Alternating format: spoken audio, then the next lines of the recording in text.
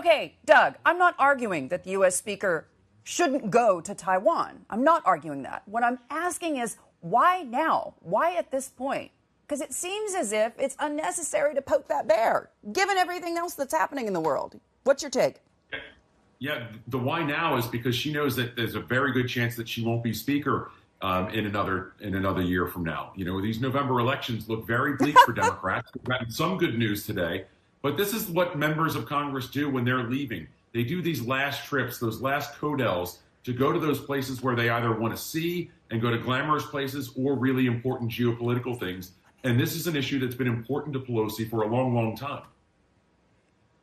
Yeah, and I'm not arguing with that in the sense that this is a woman who for many years has stood up for issues that were not necessarily politically popular, like the Armenian genocide, for example. She was a major proponent of getting that on the books, for calling it what it is, and I always respected that about her. I want to ask you, though, specifically about the reaction from China. They're playing war games now. There have been a lot of heated words from the Chinese over the last 48 hours or so.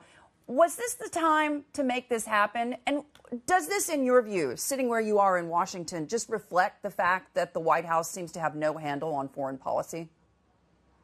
It certainly emphasizes yet another area where this White House has severe problems, and problems within their own party. You know, just yesterday in a debate, two New York Democrats, incumbent Democrats, Jerry Nadler and Carolyn Maloney, declined to say whether or not they wanted Biden to run for re-election again. So Biden has problems politically. He has domestic policy issues, and he certainly has foreign policy problems as well, which this trip highlights. And, you know, ultimately, I think we know with Nancy Pelosi, we always call her Pelosi, but her maiden name is D'Alessandro. She's Nancy D'Alessandro, a street fighter from Baltimore. And that's why when this was leaked, it was very clear that she wasn't going to back down. And she's gotten a lot of bipartisan praise on this. Mitch McConnell has gone out of his way to praise Nancy Pelosi. And, you know, as somebody who in 2010 worked on what we called the Fire Pelosi campaign, I have one last piece of swag from it.